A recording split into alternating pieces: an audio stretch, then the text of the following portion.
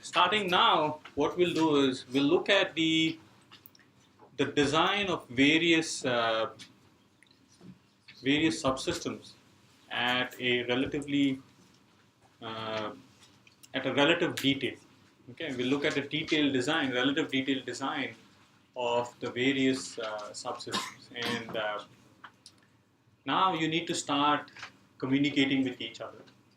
Take up your task and try to follow this design. This will end at the end of this course, or let's say in another month or so. You're going to prepare a report of each subsystem and give it to the faculty members, your teachers, your professors. So the professors can take that and put together a proposal. Okay, we'll start with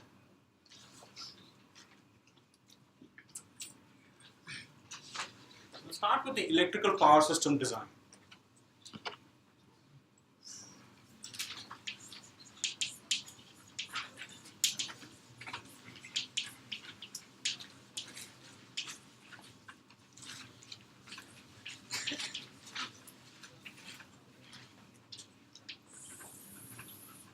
Here, you're also going to look at, so what are the levels of the systems engineering? What were the levels? What were the different levels? The first one was the mission definition. What was the second level? Mission objectives. Mission. Then it was requirements. Requirements were divided into allocated and desired requirements, right? And the other part of the mission, so let me discuss that part first. Before I start doing this, there were two paths, right? If you guys remember, the requirements will give you a tangible system. What was the other part we discussed? You guys remember? The other path, the procedural path, right? So the procedural path leads to the mission ConOps.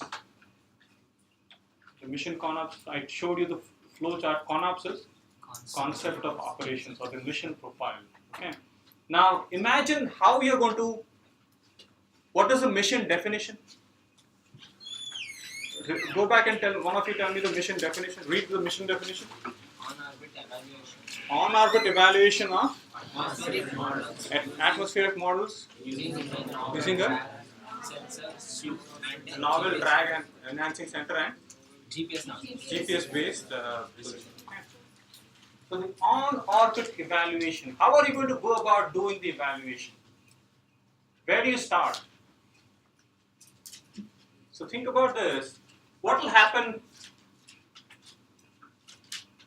The first thing is, so let's look at this in this thing. I'm going to write mission ConOps.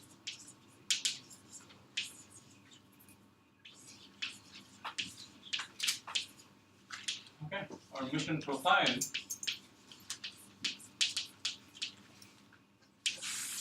Now you need to shift your focus and get into space. Okay, what is the first step? Let's say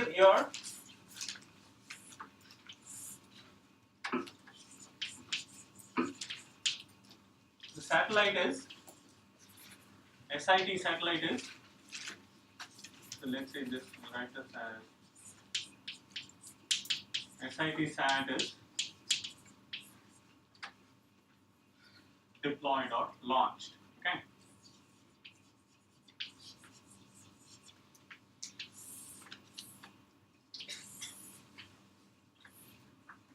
What will you do next? As soon as the satellite is launched, the next task would be the EPS and CDH. EPS is electric power system. CDH is command and data handling system. Everybody realizes that this is the onboard computer plus the software. Okay. So the CDS system and the EPS are powered on. Okay. This happens automatically. What enables this? What enables the powering on of EPS and CDH? There is a mechanical switch. This is mechanical switch or a separation switch. That's a separation switch. Okay. The separation switch is simply a push button switch. What is happening is that push button switch is on top of the satellite, and the satellite goes into a P-pod. We discussed P-pod, yes, the poly-picosatellite orbital deployer. That's a spring-loaded box, right? The P-pod is a spring-loaded box. So it is essentially a almost a 3U size box which has a spring in it.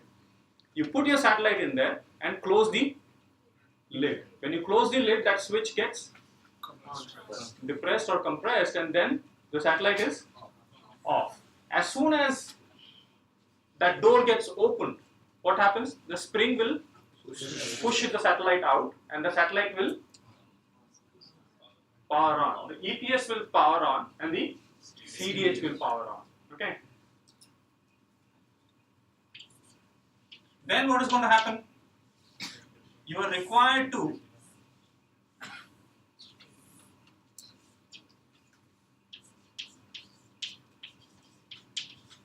may be required to wait for 45 minutes. So this is the delay, this thing. Before you power on the, or you deploy the antennas. Okay. Think about this. Can you control the satellite at this stage? You cannot control the satellite. Why can't you control the satellite? No. The antennas are already not deployed. So even if you send the signal, they may not, the satellite may not receive it. So until the antennas are deployed, the satellite is as good as dead, right? So automatically this has to happen. Automatically the deployment has to happen once this. But the wait is also, this is also automatically programmed. So in the program, only in the first time. Now keep in mind, this satellite will keep resetting. Will it wait every time? Should it wait every time? 45 minutes. It shouldn't, right? Will it try to deploy every time? Deploy the antennas every time? So that is what you need to take care of. It's a simple thing. It's not difficult at all. But keep in mind what is happening here. Okay. So here, the next step is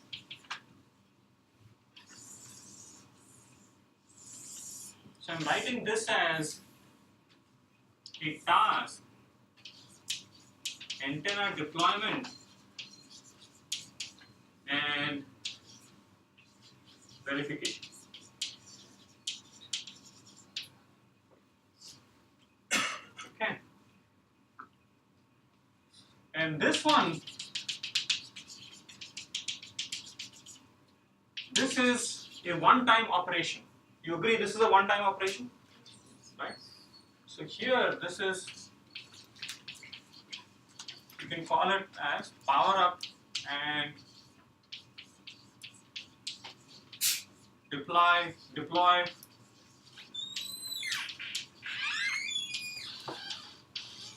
operating mode. We are going to go by this operating mode. Okay. Here I'm going to use this connector.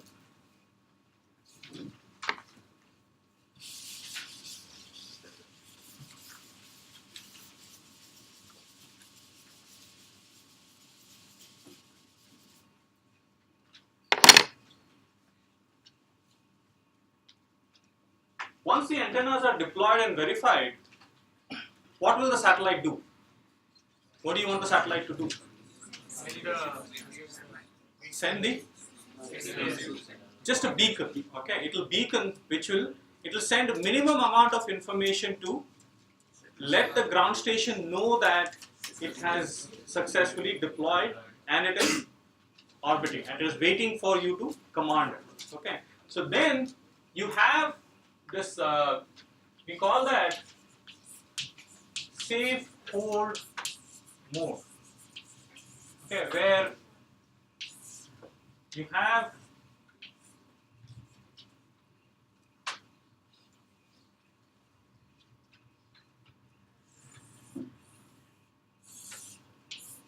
transmit beacon.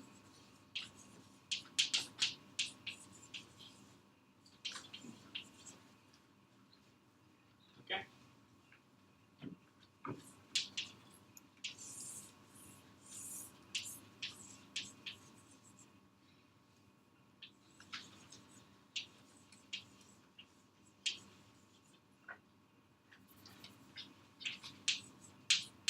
Everybody understands RX?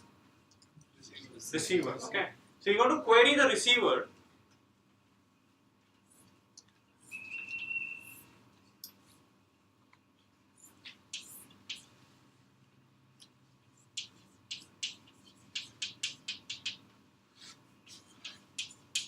If there is an input from ground station, what are you going to do? You're going to go into one of the other operating modes. If there is no input from the ground, go back to transmitting beacon. Okay, so it's simple. This is, as long as there is no command from the ground, it will keep going back, transmit beacon, look for the receiver, right? That's all it is. If it receives something from the ground station, okay, it could do one of these operations. What is the first operation you are trying to do? Deploy the payload. Attitude. Stability. Stability. You're stabilizing, right? Before you deploy, you want to stabilize the satellite, right? So we'll call that stabilization as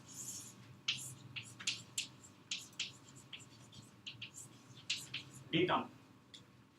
Okay, the stabilization mode is the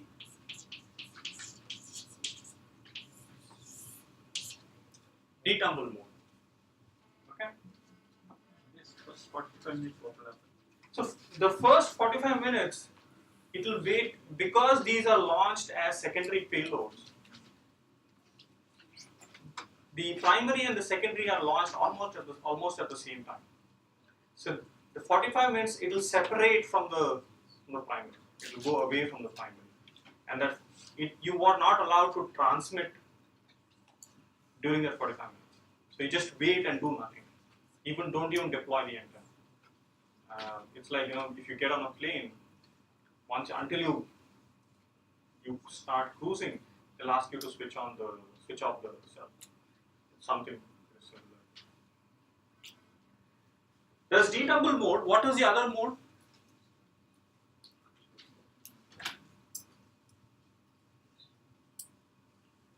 You have the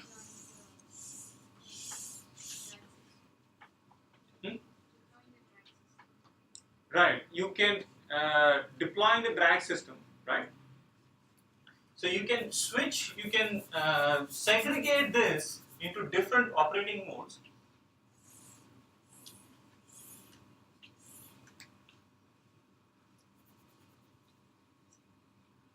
I'm just going to write this as, I'll leave it to you people, you guys.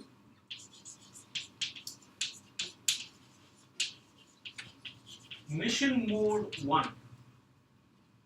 Okay, what is the mission here? Is to measure that drag, right? So the mission mode 1 could be deploying the drag, or you could do all of the tasks in that mode. Got it? You have mission mode 1. What is the other thing we are trying to do? Capture image, right? So you can call that mission mode 2. Is there anything else you want to do?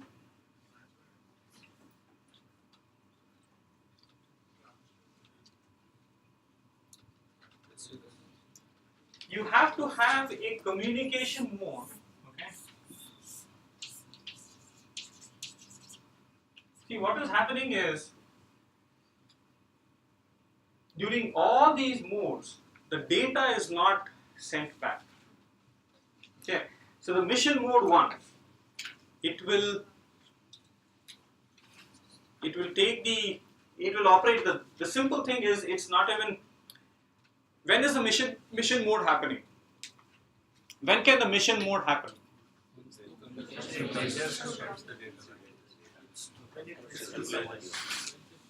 So it can happen in an orbit. When can the mission mode happen? In one orbit, when can the mission mode happen? All the time in an orbit? You can do one orbit. For example, let's say you go through between 16 to 18 orbits a day. Okay.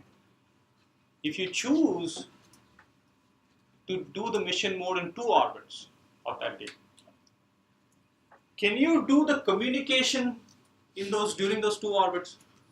When will communication? What is the limitation of the communication? It has to be overhead. Okay. Mission mode, it need not be overhead.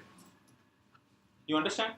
When it is measuring the drag, it can keep on measuring the drag and keep storing it. But you need a separate mission, the communication mode, where you're specifically just getting that data. And that has to happen in this window when it is over satellite. So when it is in the horizon on this side, when the satellite, let's say, is coming, you immediately command it to send the data, start sending me the data. So it will do that, it will do that, it will do that. It will do that for whatever number of time you want it to do. So until it comes here, it will send the data and then you switch it off as soon as it is here. It will go back to the default mode. So this is the default mode.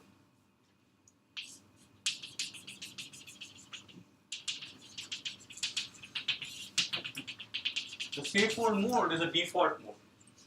So every time what it will do is this is like the main program.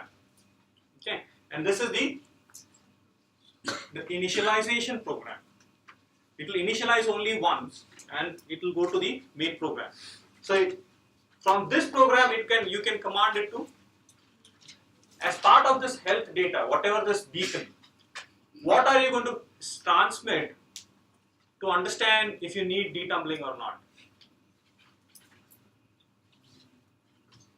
As part of this beacon, what could be the beacon? What could be part of the beacon? Gyro reading. Gyro readings. So gyro readings, if you send gyro readings, what will you know?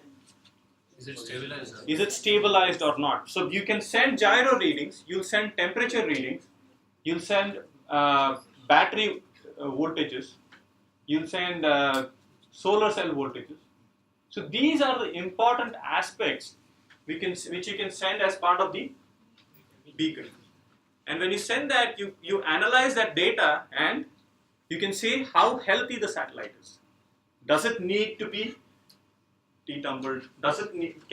Is it ready? How are you going to make sure it is ready for mission mode 1? 1, stabilization. 2, communication. what is important, very important for orientation is important. Yes, so you can do the orientation as part of this mode. It will control and do the things. Okay. But for something like this, imagine there is control involved, there is measurement of data involved. What do you want to make sure is full? Battery, right? So you need to send the battery information all the time. If you want to switch, if you want to go to this mode, mission mode 1, because you're doing it for several orbits, you should know what the battery capacity is before you execute this mission. So when you do detumble, what's going to happen? Can you immediately go to mission mode 1? If you do detumble, what's going to happen? The battery is going to be drained, right? It's probably going to consume more than it is producing or than it is generating when it is in the detumble mode. Okay. So once the battery is drained, every time it finishes one of these modes, you have to make it go to the default mode. That is how you need to program it. And during the default mode, you have to make sure that this is a power positive mode. At least this mode has to be power positive. What does that mean? The amount of power that is being consumed should be less than the amount of power that is generated. So this has to be a power positive mode. Only then you can execute these missions. Keep in mind, these may consume whatever power we are thinking will generate. Let's say if we use a 2U, what is the power we are going to generate? About 3 to 4 watts, right? That 3 to 4 watts may not be sufficient for this, right? If it's not sufficient, what are we going to do? We're going to store a lot of power in the battery and then use it for use that stored power to execute this mission. You understand? So this has to be your this. For transmitting beacon, it consumes power. So beacon, what you can do is, this will be high data rate in the sense you'll transmit it without any break. Beacon, let's say, even if you transmit every 30 seconds, every 1 minute, every 2 minutes, just one ping, you should be fine. So it's not going to consume as much power. This communication has to be, this is like, Or transmitting beacon can be done during communication period. but then you'll not know the health of the satellite. During that period only we will come to know. Remaining period we don't want. The remaining period, here is the this thing. If we want to use anybody else's help, let's say there are lots of other amateur radio enthusiasts who will track the satellite for us. So if we just give out the frequency and all that, somebody can track the satellite and tell us your satellite is doing fine. They can even send the data for that. That is the whole purpose of it. And will not know. The problem with initiating something like this is we may not know when it is exactly overhead. So if it is just giving us very little information, beaconing, saying I'm here, I'm here, I'm here. As soon as it's here, so it's like as soon as it's here, the satellite, the radio station will start creating that static, or it will start doing that. So we'll know that the satellite is here. Even we can do, although we can do tracking, we'll do tracking and figure out when it is exactly going to be here. But sometimes that tracking may not be accurate. The simulations we do may not be accurate. But if your radio station is always ready, as soon as the satellite is here, radio station will start connecting. It will start, giving that static, or the radio will suddenly start. It's like somebody starting to talk to you. So that is the reason we want. And the biggest reason is anybody can access our satellite and send us data. Okay. So this, you see how this is the operational side, the procedural side of the satellite. The requirements we have discussed until now will give you the physical satellite, right? This will tell the operational side of the satellite. This will help. This will act as the software, the blueprint for your software architecture. Okay. So you want to describe these in detail, or you take care of this, describing the detangle mode, the mission mode 1. Can you handle this? Can you do your flowcharts for? So these will be again detailed flowcharts, right? And again, those will become even more detailed flowcharts for the software architecture. So you can do this, right? You'll do this? Yes. Everybody?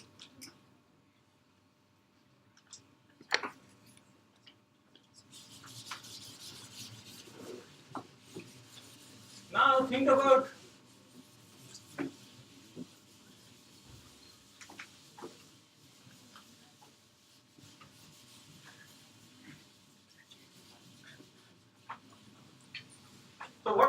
when we start now, let's say we start designing the electrical power system. Let's look at the design, or let's look at the more basic building block design, okay, and the detailed design as part of each subsystem. When we talk about electrical power systems,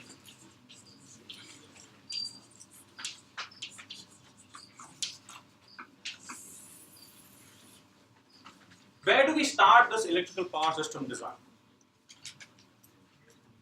Can we start at generation?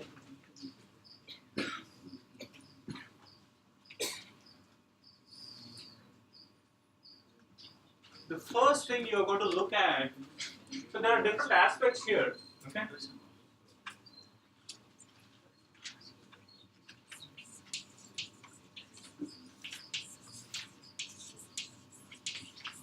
One of the things you're going to look at is power budget.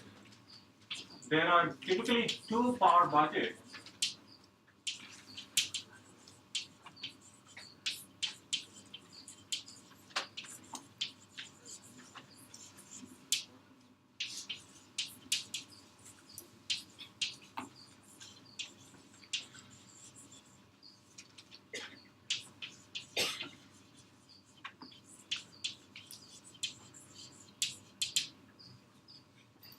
you have the maximum power budget and you have the operating mode power budget.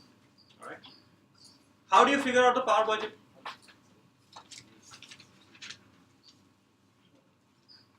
We'll just add all the power requirements. Exactly. So you'll do E.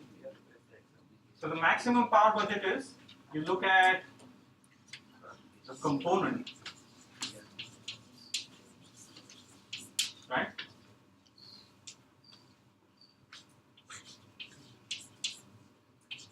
Voltage,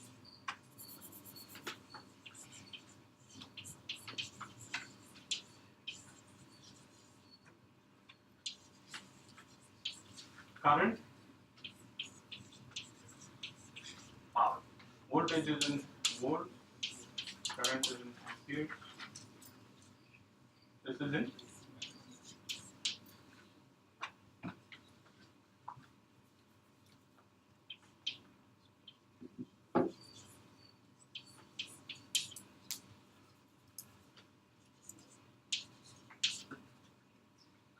So typically what you do is you look at voltage in volts, current in milliamps, and power in milliwatts. Okay.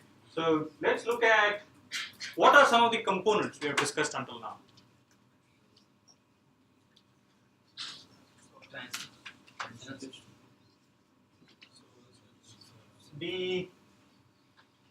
Let's start from the first derived mission requirement, and from the first to this. What is the first thing we looked at?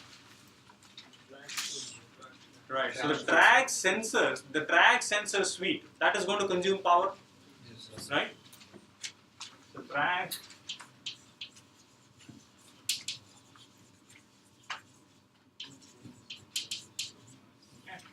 So let's say it is going to consume 5 watts and 5 volts and 10 milliamps. Okay. This will be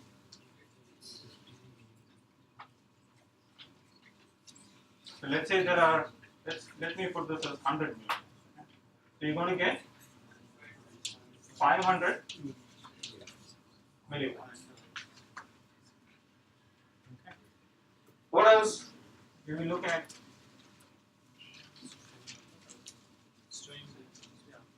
This is the drag sensor is your strain gauge, right? Strain gauges are assuming. So what I've assumed here is there are 10 strain gauges. Each strain gauge is going to consume about 10 milliamperes. So 10 would consume 100 milliamperes. Accordingly, you have the how much power it's going to consume. Go by the derived mission requirement. What else do you need? Telescopic arm. Is it going to consume power? Camera.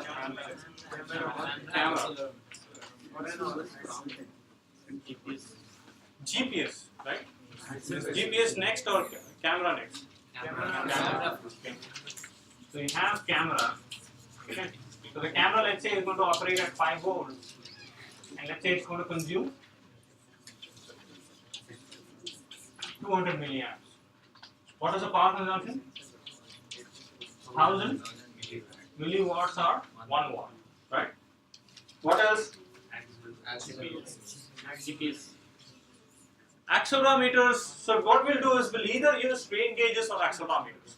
Accelerometers, is it? What are we using the accelerometers for? Right. So it's practically a one-time. Although it is we have to still accommodate that, but it's not going to be used continuously, right? You agree? Accelerometers will only be used for deployment. Once the deployment is done, you verify using accelerometer, right? Let's look at something which is going to be used on a GPS.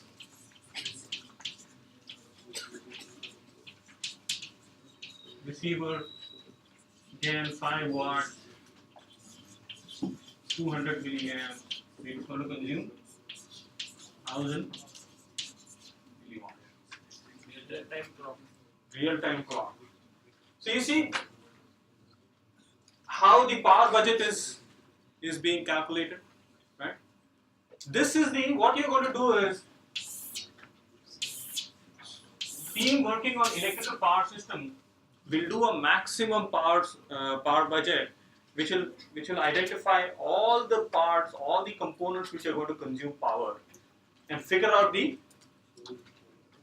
power consumption of all the components, and then say this is the maximum power the satellite is going to consume if everything is operating all the time. Okay. Now, what is operating mode power budget?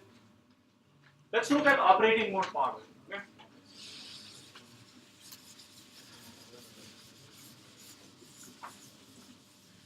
Let's look at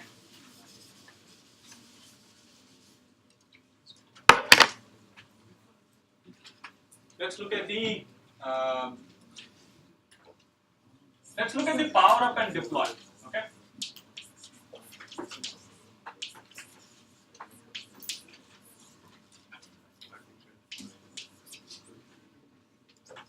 What are the systems being used for power up and deploy?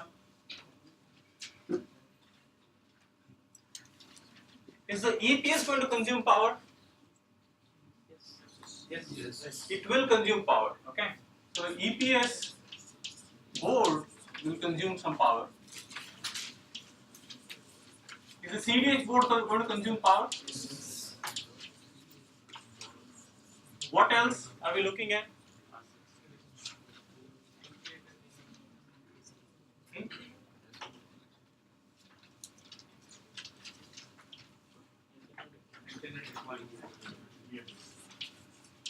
Antenna deployment system. This is going to consume power. What else? Antenna. So you have the deployment,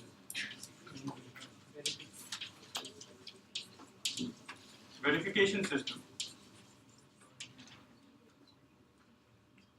Okay. Here again, deployment. How would you go about verifying deployment? Again, accelerometers. You can use the same accelerometers for verifying the deployment, right? So here, what else are you going to use? This should be correct. Can you think about anything else for the power up and deployment? EPS is going to get powered on. CDH is going to get powered on. Antenna is going to get deployed. The antenna deployment system is what? It will either be a burn wire mechanism. You know what a burn wire mechanism is? You take the antenna, okay, and you wrap it around the satellite. And the end, what you do is you just tie it with a fishing wire or a nylon wire, and then you wrap a metal heater around it. Okay, and then you connect a switch to the metal heater. Pass heat or pass electricity through that small conductor of the heater. What happens? That will heat up. The wire will burn, and the thing will. So it's a simple burn wire mechanism which you can use as a deployment system. How many deployment systems do you need? Two deployment systems, right? One for each antenna. You have two antennas and you need two deployment systems. It could be a simple switch which will trigger that burning process. You just need a conductor. You understand the mechanism? Everybody understand the mechanism? It's a fairly simple mechanism. Okay? You have two things connected by a nylon wire, and you have a heater around it, essentially a conductor around it. You pass electricity through that conductor, it's going to heat up, and that heat will cut or burn the nylon wire, and then it will deploy. Okay? So you have that, and deployment verification system is simply a. So here you're going to look at something like EPS board will consume 5 volts at, let's say, 10 milliamps. Okay, and this is going to be 50 milliwatts. Again, I'm assuming this will consume maybe, it's a slightly, this is again a stretch, but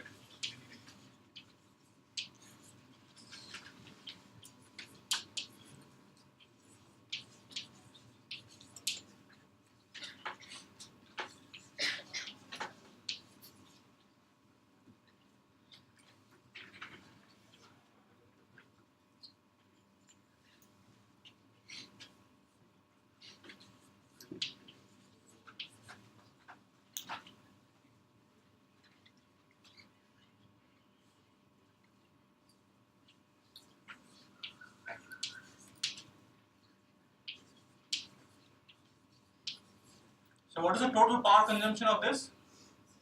550, 650 and 33 is 683 milliwatts.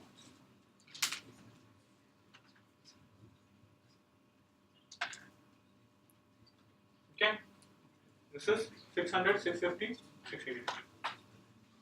So you see how you calculated the power budget of the power up and deploy mode.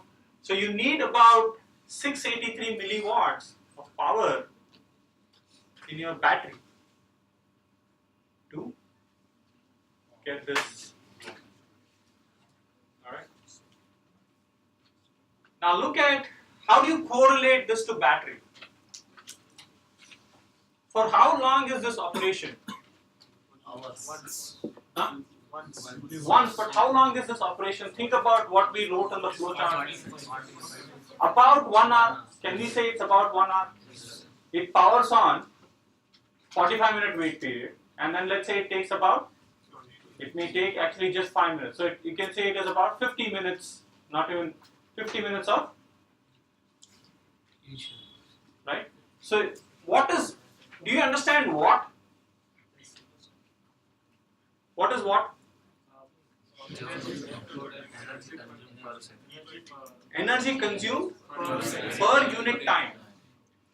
Is the battery capacity in watts? It is in watt hour, right? So think about this as, this is the flow of water in a pipe, okay?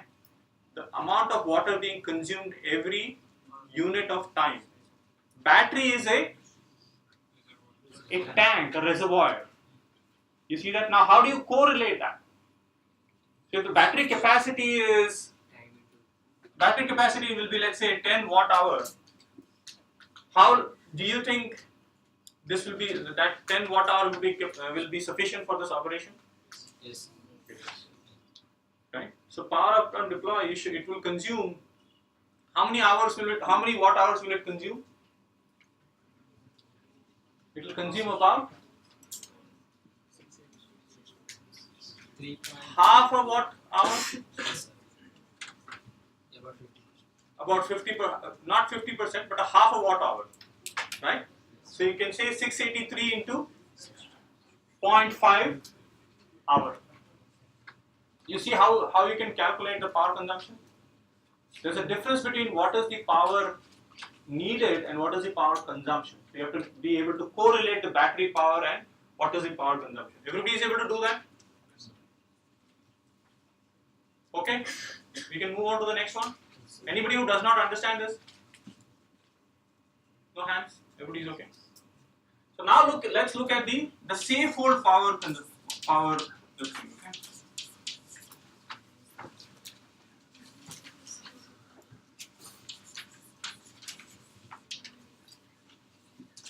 What do you think the safe hold, what is the limit for safe hold power mode?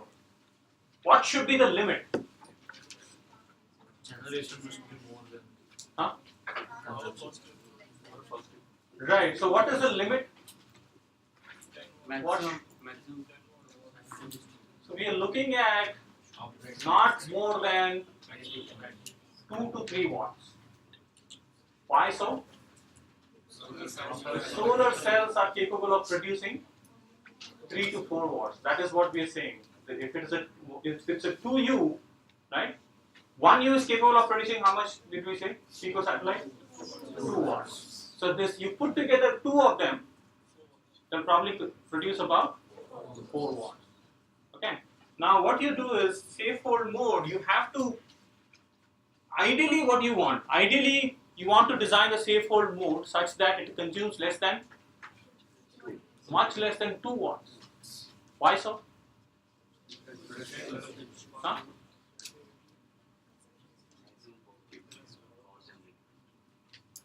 What is the maximum power generated?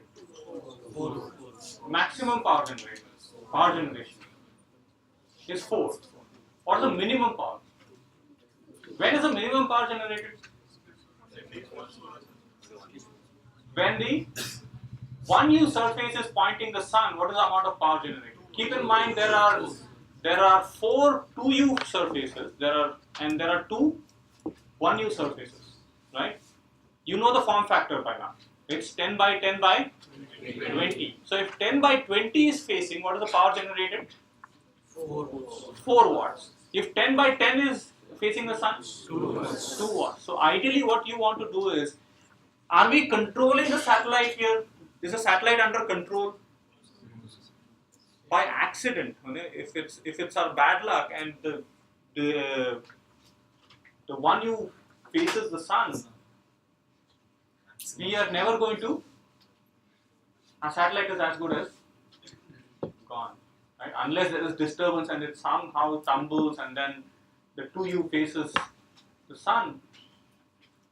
So we have to be careful how we design the safe-hold mode. The safe-hold mode has to be less than 2 watts. Okay. Ideally we want that, but for now let's say the 2U, the probability, what is the probability that a 2U face is going to face the sun? 4 by 6 or 2 by 3. You agree?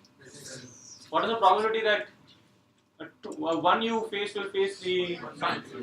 1 by 3. So which has a higher probability?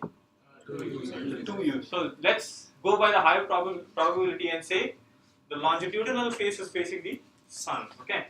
So we'll design accordingly.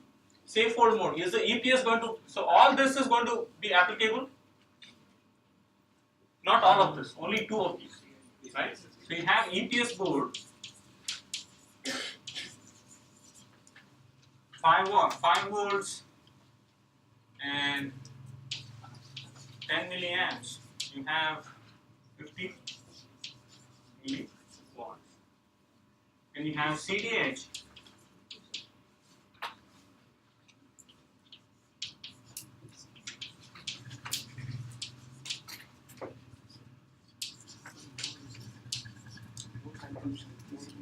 What else is on? What is continuously on during this mode? Huh? Receiver is continuously on. Beacon, again, remember we are duty cycling the beacon. See, continuously on means it is not switched off. It is beacon, transmitter is switched off. Transmitter can be switched on and off intermittently. Okay, only when it transmits. So it's like, if you want to call, right? If you want to send a text message, you'll send a text message. When you hit that enter, what happens? Transmitter comes on. Otherwise, is the transmitter on? No. But the receiver is always on. So the receiver is always on. Okay. So that is what you need to figure out here. Receiver. So receiver is generally. Do you need a very powerful receiver?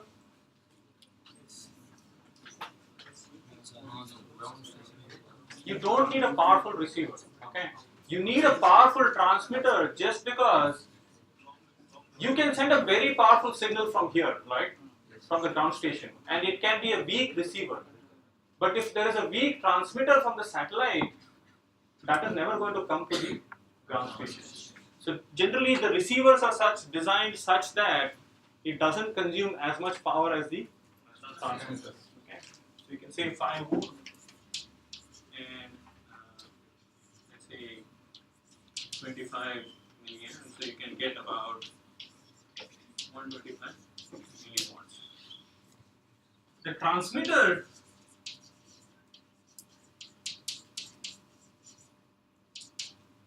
typically a transmitter will be designed to send at least 1 watt. Okay, a 1 watt transmitter is required on board the satellite. Let's say we assume we want to do a little more and say we want to send a 2 watt. We want to have a 2 watt transmitter on our thing. Now, if you intermittently control it, you can reduce the power consumption by up to 90%. So you can operate it. Think about it like this: the period of this transmitter being powered on, if for every 30 seconds the transmitter is powered on for 5 seconds, what is the power consumption of that for that 30 seconds? It is 1 by 6, right? So you can control it such that if only 5 seconds are required for transmission, you can if you transmit it every minute, which is pretty decent. Okay, 1 minute transmission is very decent. You can get a lot of, not much is going to change in 1 minute. So I'm going to assume that 10% of the power, the maximum power for transmitter, is going to be used for beaconing, just because we can duty cycle. Okay, so here what I'm going to do is I'm going to say 5 volt and 40 milliamps, and this is going to be 200 milliwatts.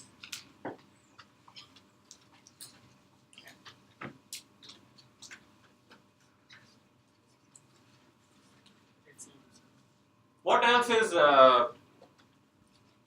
on? What else is queried? What are the information you're sending here? You're sending the. Think about what are you sending? You're sending battery information. So the battery has to be queried. There are battery voltage sensors, battery temperature sensors, all that. Okay. What else is queried? Gyros are queried, right? What else are queried? Camera. Are you going to query the camera? No, sir. Probably not. Solar cells are queried, right? Solar cell voltages are queried. So if you look at these small sensors, temperature sensors, gyros, solar cells, batteries, right? You can say the power consumption of sensors, the power consumption of querying the sensors is about 100 milliamps. So this is going to be about 500. So I'm going to just limit this and say this might not be this. These sensors, most of these sensors are really small. Some of them even consume microamps. I don't think many sensors will consume milliamps. So I'm just going to say 50 milliamps. You can easily get 10 sensors. This could be consumption of 10 sensors, 50 milliamps. Okay, and then I'm going to put this as 250 milliwatts. And if you add this up, you're going to get 500, 700, 1000, 1125. Okay, so you're going to get, if you add this 1125 milliwatts on 1.125, right? This is 700, 1000. So if you design your system such that it is consuming 1.125 watts, do you think you'll have an opportunity to do the detumbled mode, mission mode 2, and communication? Yes. You'll have that, right? So this is how you need to plan your. This is the first step in doing your electrical power system design. And here, let's say there's a team which is working on the electrical power system What do you guys need to do? Who's working on the electrical? Who wants to work on the electrical power system design? Nobody wants to work on. Okay. So here there are a couple of girls here. All right. So what are you guys going to do? To figure this out, what do you guys need? List of the components. You need data sheets. So what you're going to do is you're going to go and talk to the team members of other subsystems. This is where you need to be proactive and say, what are you guys using? You go to the ADCS team. ADCS, everybody understands? Attitude, determination and control system. You go to them and say, what do you get from the ADCS team? What are you going to get from the ADCS team? What particular component are you going to get? The gyro is the responsibility of ADCS team, right? Because gyro is used for determination of attitude and in the control system. So you're going to go to the ADCS team, ask them what is the gyro that you guys are using. Can you tell us the power consumption of that gyro? If here it's possible that the gyro is connected to the ADCS computer rather than the main computer of the satellite. So you're going to also say what is the power consumption of your ADCS computer. Okay. Who else are you going to go to? You're going to go to the CDH team to figure out the processor power. You will know the EPS board power consumption. Who else are you going to go to? Communication team, and then ask for the receiver board. You got to tell them, have you identified a receiver board? Are you starting to design the receiver board? And then figure out this budgeting this thing. Okay. So you see how the satellite is coming along now.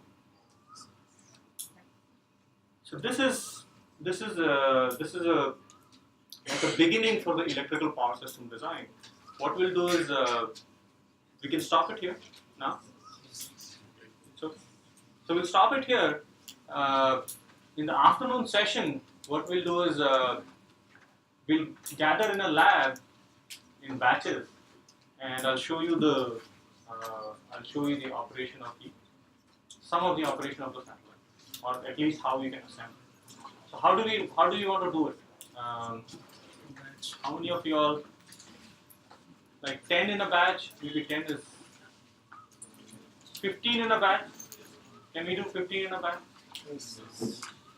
10 is. Yeah, we have limited time. Let's do 15 in a batch, just because of the limited time. We'll have about 2 to 3 hours. And 15 means at least 4 batches will be there. And half an hour, 45 minutes if I assume. We easily 2 hours. Just a little of it goes over sometimes. 15. So you'll organize among yourselves, and where do we want to do this? So is there a lab we can use? Like a table like this in a place where somewhat EST safe, but one of the labs. We'll ask them to count 1, 2, 3, 4, 1, 2, 3, 4, all something, 1, 2, 3, 4. All right. Yeah, Dr. Kasian has a nice idea. You'll be asked to count 1, 2, 3, 4. Okay. So all ones will be in one group. All twos will be in one group. So you guys they are not okay with this. They're friends. Otherwise, we can't just say, okay, All of you say 4. Alright, so we'll start with this. There. Yes. Louder. Hang on. So we'll go that way. Okay? And come around. Or you want to go this way? Otherwise, we have 4 rows. We just take first row, second. Columns. Columns. 4 columns are there. We just. But these 2 columns have more number and. The counting number is correct. All right. We'll count. So count from there. 1, 2, 3, 4. She's in a group of her own. Okay, 1, 2, 3, 4. 1, 1. 1. 1. After 4 is 1. Only 4. So, yeah. Hang on. Okay. You got 4. 1, 2, 3, 4. 1. 4.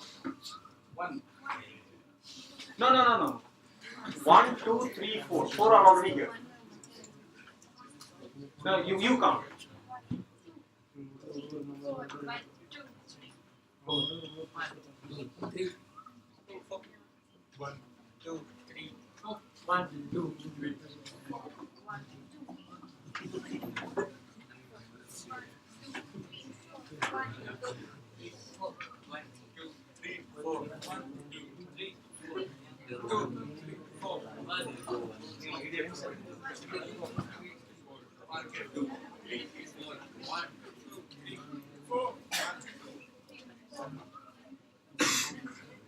Everybody remembers their numbers?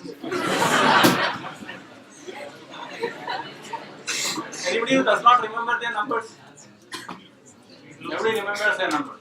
Okay. So all the 1s will come, all the 2s will come, all the 3s and all the 4s.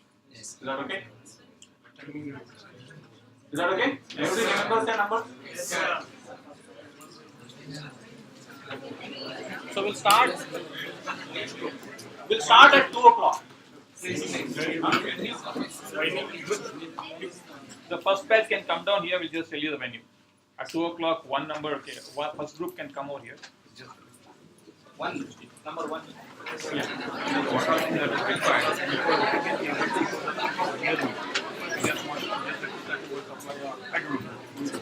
Let's go to the